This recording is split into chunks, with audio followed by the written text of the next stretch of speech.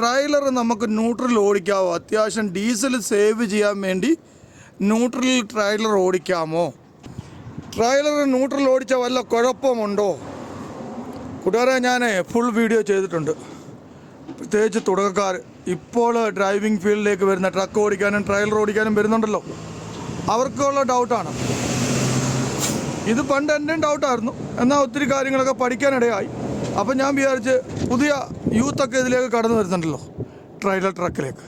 അപ്പം ന്യൂട്രലൊക്കെ ഇട്ട് ഓടിച്ചാൽ കുഴപ്പമുണ്ടോ?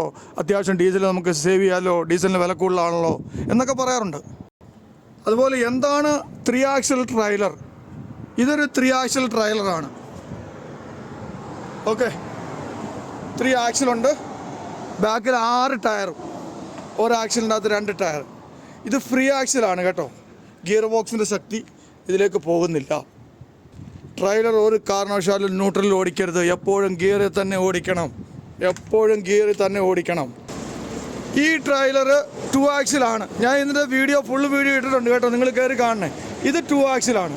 അപ്പോൾ ഒരു കാരണവശാലും നമ്മൾ ഇന്നത്തെ വീഡിയോയിൽ എന്താ പറയുന്നത്, ന്യൂട്രൽ ട്രailer ഓടിക്കരുത്. ബ്രേക്കിന് ബുദ്ധിമുട്ട് വരും, ആക്സിഡൻറ്റിലേക്ക് പോകും, എല്ലടിക്കും. എല്ലടിച്ചാലൊക്കെ പ്രശ്നമാണ്.